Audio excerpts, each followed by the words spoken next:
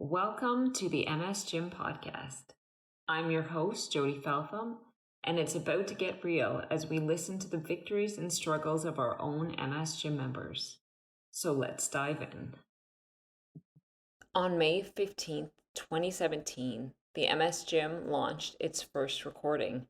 In the last 4 years, the membership has grown to 25,000 members and can be viewed in 98 different countries around the world. Hello, MS Gym family. So glad you could join us today for our podcast. And today I have a special guest, Denise, all the way from overseas in Ireland. So, Denise, thank you so much for joining me today. Thanks very much for having me. Denise, can we learn a little bit about how your MS journey started? When were you diagnosed and what were your beginning symptoms? Okay. I was diagnosed in 2009, and first of all, it was my eyesight, so optic neuritis. I always had a bad eyesight since I was a child, like 3 or 4. I had an operation on my eye, so I wasn't too concerned. And then when they said MS, I didn't really believe them. I'm just there, oh, okay. I didn't believe it. I was there, yeah.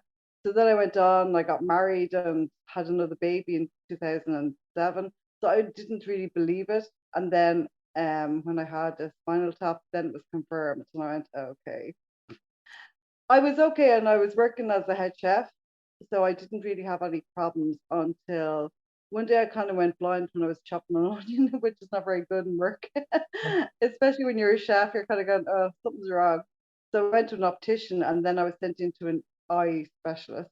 And then they said, no, it's definitely an MS. And then I was sent to a neurologist, and then they confirmed it's MS. And I'm here, okay. But other than that, I was fine. Like I had a bit of a limp, but nothing major. Like it didn't impact my life at all. Okay. So that's a common thing, right? Normally like female 30s and the first sign is optic neuritis. So, Yeah, yeah. like I an just thought because I had so much problems with my eyesight growing up, that's why I thought, oh, it must be something to do that. I didn't think it was MS, to be honest with you. I had Mhm. no idea. So it sounds like your beginning symptoms were pretty mild and you were able to kind of cope with MS. Did they offer you any treatment in the beginning? I had to take these injections, Betaferon. I had Oh. to inject myself, and I hated that. I really, really hated that. Um, so I did that for 4 or 5 years. And then I got cellulitis in my stomach from doing it so much. So it was awful. It was so painful. So after that, I just said to my neurologist, I'm not doing this anymore. I don't care. I'll have no medication. I'm not putting myself through that again. So then he changed me to Gilenia. So it was a tablet. So I was taking one tablet every day. So that was so much better. And that was how it started. So do you know how common MS is in Ireland, like at the time you were diagnosed versus now? Has that changed at all? No, my friend had it. She got it when she was 21. And I always thought, ah, poor Neve, she has MS. Like she walked with a stick and stuff. But I never really thought much about it. And then when they said I had MS, I kind of laughed it off and went, you're right. I don't have MS. Not me. Jeez, no way. So I was always thinking of her. But she never got any worse. She always had a stick when like she had a card, she's a teacher. So like it didn't really affect her life. Like she was tired. Her fatigue was a big thing for her. But I didn't understand how bad it could get. Like I had no idea until it really hit me. So at what point in your journey did your symptoms go from manageable to life-changing? 2017, I had a relapse, and it was just like I didn't know what MS was. Like I knew the name, and I used to tell people, oh, I've MS, for me, blah blah, I've MS. But then when I had this relapse, it impacted everything. Like you wouldn't believe. I was in hospital for a month, but like I couldn't walk, I couldn't talk. My swallow was affected. Like everything was affected. It was horrendous. Like my balance was gone.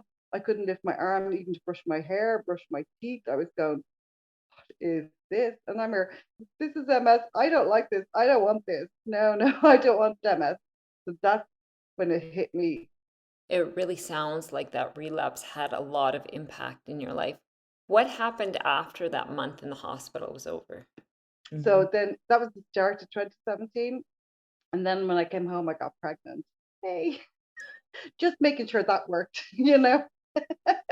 So then I had my baby. That was such a hard pregnancy because I didn't recover from being in the hospital for a month. And Mm. then when I had him in the November 2017. And I was there, okay. So then the following February, I went back to my neurologist and I went back on treatment. I was on Tisabri, the infusions. And I was on that for about a year, but I didn't feel any better. I start back at the gym, my own gym. Like, I used to be mad at the gym myself before I had that really bad relapse. And then when I had my baby, I was there, oh, I'm just not better. Oh my God. It was really depressing. Like, I was really, really in a bad mental state. Like, I thought, like, I'm 41. This is not my life. I couldn't do anything. Like, even getting dressed in the morning, even standing to have a shower, like basic things. I'm where I couldn't do it. Even the baby, I could barely lift him. I couldn't bring him upstairs to go to bed. I'm where, oh my God. And my husband, he works for Dublin Airport and he was gone like for 12 hours every day. So I couldn't leave the house. You really had a lot on your plate. And now, with this new level of disability, what steps did you decide to take next? So then that's when I decided the HSCT. Someone said about it online on Facebook. I was there, what is this? And then I inquired about it and I was there, I'm gonna check this out. And then I found out about it, and then I found out people who had done it around me, and I spoke to them about it. I'm like, oh my God, I'm doing this because my life is not worth living. Like, I really didn't want to live anymore. It was that bad. Like, it was horrendous. And I'm even with the baby and stuff, like my other two sons, like, no, no, I can't do this. I just must be a burden. Like, I've always been independent. I've always done things myself. It's a very big decision to choose something as drastic as HSCT. How did your journey go along with that? Where did you go to have the procedure done?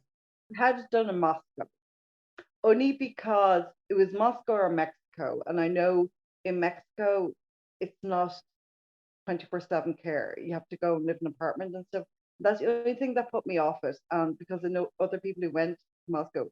And because my disability, like I could barely walk 20 meters, like if even. So I used to sit all day. I couldn't move.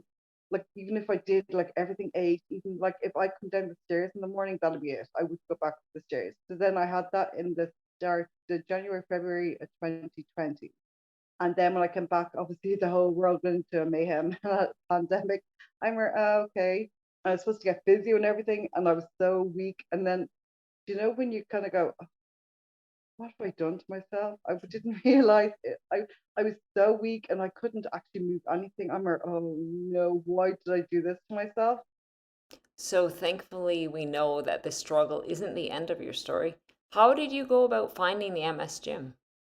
Over the months, like my husband was off work for the 6 months. We had to cocoon and everything. So it was great. It was great for my recovery. And that's when I found the MS gym Mm. because I couldn't get physio. I couldn't do anything. Obviously, you can't leave your house or anything. And we were cocooning. And then someone who had the HSCT told me about the MS gym. And I'm here, okay, must check this out. And then I think it was April, May time. I was there, no, I have to start doing something because there's only so much sitting around you have to do. I have to start moving now. I have to start getting back into it.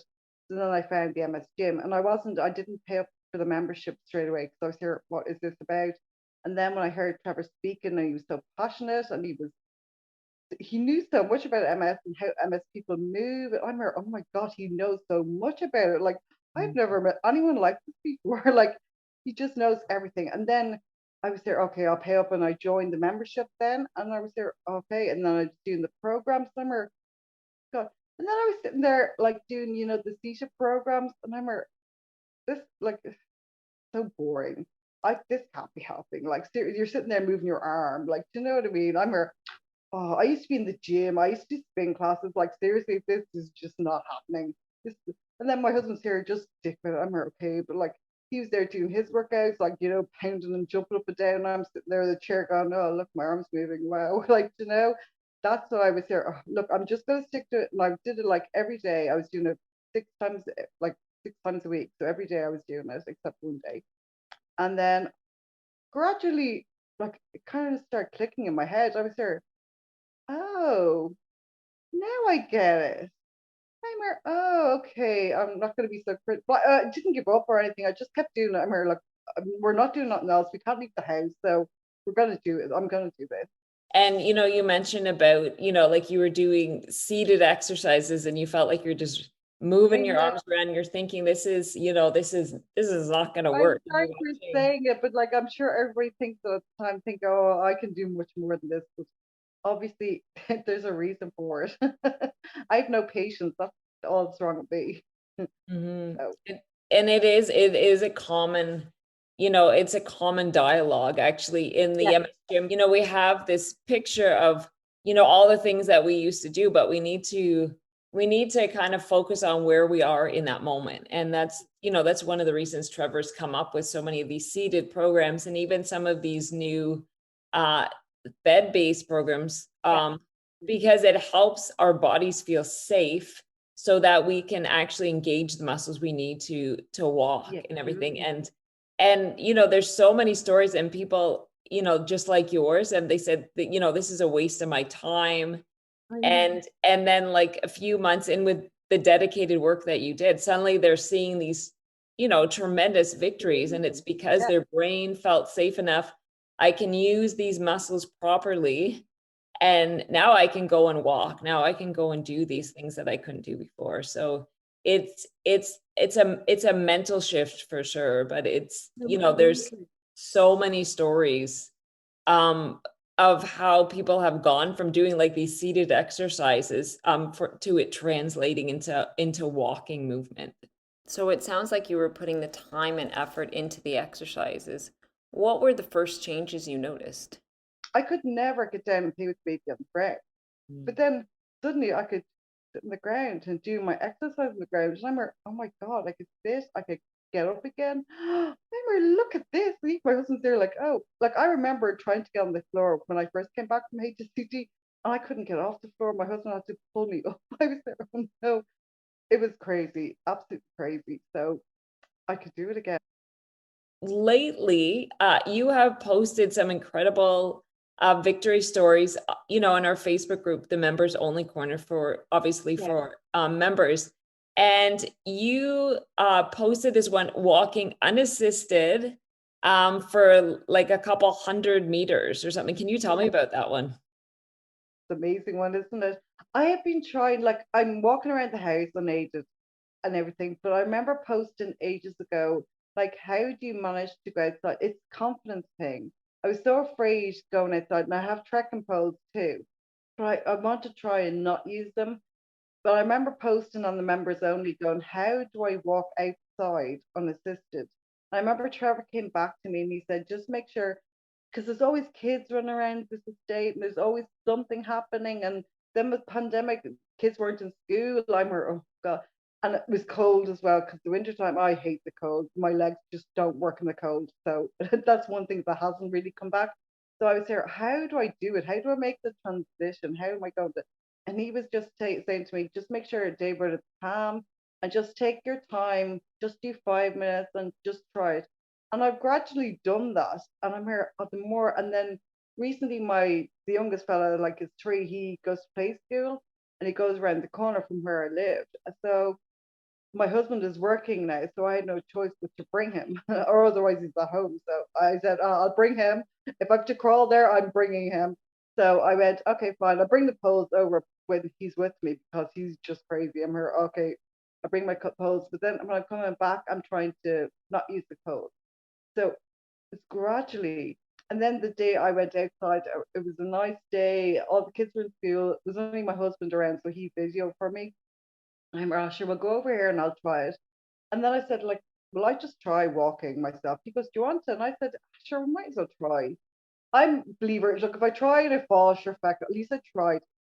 So I went and started walking anyway. I just kept going and going. He goes, oh, we'll just keep going and see. I'm like, okay, just don't talk to me. And we'll just keep going. So I just kept walking and walking. And he goes, okay, well, the end wall is coming up. Like, we'll just try and get to there. And it just seems so far away. So I wouldn't really look up to see what was around me. I'm like, okay, I'm just not looking. I'm just going to keep walking, one foot in front of the other. Keep going, keep going. And I did it. You nailed it on the head when you said, you just kept telling yourself one step, one foot in front of the Yeah, other. that's all it And is. Yeah. and I think it's so easy to lose sight of that. We don't we don't take the value in what one step is, but one step leads to two steps and, it leads to more. And, Trevor's done a great Motivation Monday talk that many people have heard about. If you can walk 3 steps, you can walk That's, 30. If you can yeah, walk 30, you can walk 300. And that's exactly your story, right? You started it's always been small in my amount head, but in a like group. even around my kitchen, it's always been in my head. Like he always said, if you do one, I'm really, do I really believe him? And then I do it, and oh, okay, maybe I can do it. So it's more about confidence as well.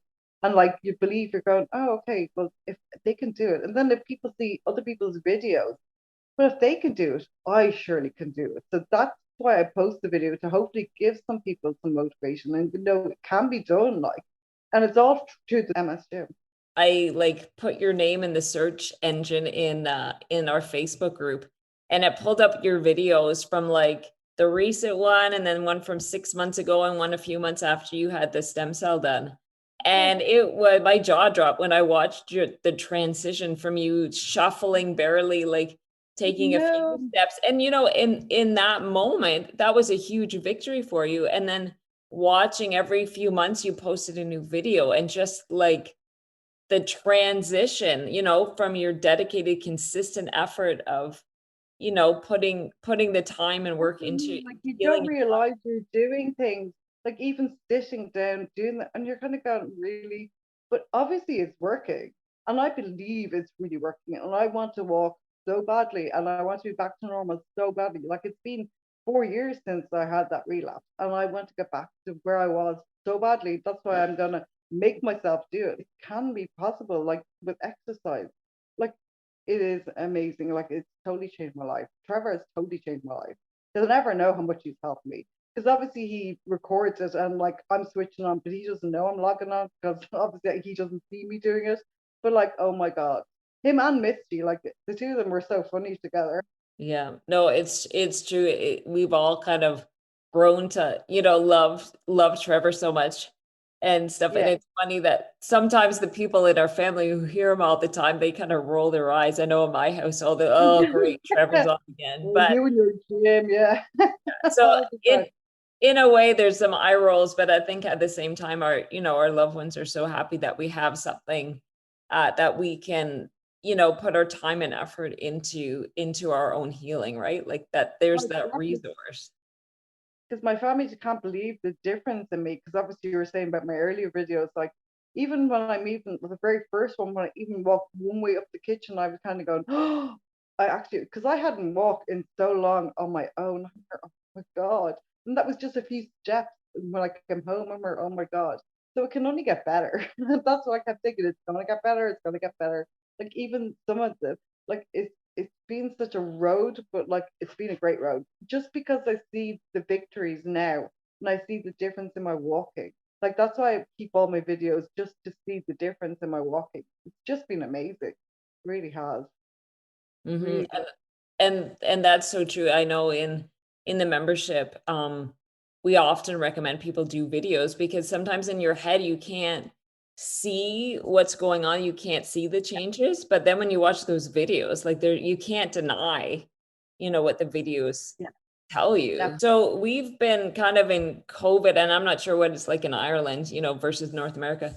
But life has been in COVID. In North America, we're in our third lockdown now. So COVID's been going on for like a year and a couple months now. So, we all believe that COVID will come to an end. What do you think your life will look like after COVID? What are your goals post COVID? I can't wait to go in an airplane, go traveling again. Because we used to go on holidays all the time. And obviously last year we didn't go anywhere because you working to go. And then this year, probably not so much either. So I just want to go traveling because my poor 3-year-old, he has been nowhere. He doesn't even have a passport. Like he doesn't know what the whole world is like. So I'd like to show him. Even to go to the zoo, I'm planning like they're already starting to open up things. We've been in lockdown too since January. So we're starting, I think the 10th of May, they're starting to open up more things now. So I'm hoping to bring him to the zoo, see the animals. He's never been to the zoo, like, things we take for granted, he's never done. You're kind of going, oh, okay.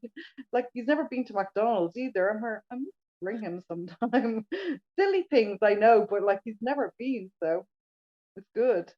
Mhm. Gonna have And to do it. and obviously some of your goals are, to be strong and healthy for your children, Oh, to give them gorgeous. that Yeah, life that you want for them to have. yeah, that's a given. Yeah. I'm determined, like because I'm determined so much, I don't want to be a burden on anyone. I want to be independent again. Like that's my goal is to be independent, to walk around that full pitch, even maybe to run. But then again, before I did MS, I'd never run either. So I'm hardly gonna say I'm gonna run a marathon because I'm never gonna run a marathon. I just want to walk. My goal is to walk down to my town, like down the village. Like I used to walk up and down with my 13-year-old. I remember I used to walk up and down, no problem. And I'd love to do that again. That's what my goal is. And I'm getting there slowly. Like today, I went shopping earlier, and normally I'd hold on to the trolley and walk around, like thinking I'm brave because I'm walking around the trolley. And I said to my husband, he can push the trolley. So I literally walked around on my own. I'm where I'm in the shops and I'm walking eye level with everything. It's great. Like it's silly things that, but I just keep pushing myself a little bit every day, instead of like I try every day. Some Mhm. days I do be tired and go, "Oh," but I'm gonna do it for my kids, as you said. Like I'm gonna get back to where I was and let them know that you never quit. You keep trying, no matter what. You keep trying.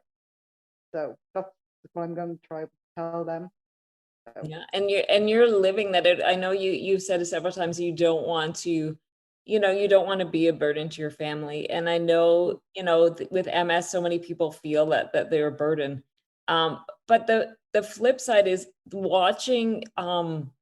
watching you go through this journey. You've actually you have this fear of being a burden, but you've been an inspiration because they've seen what hard work and dedication can yield, and also they are growing a compassionate heart, and they are looking at the world through a different lens, and certainly that's something that they would never have, been witnessed. Perhaps, if their parents were totally physically able to do yeah, everything, they would never have had that appreciation, for yeah. life.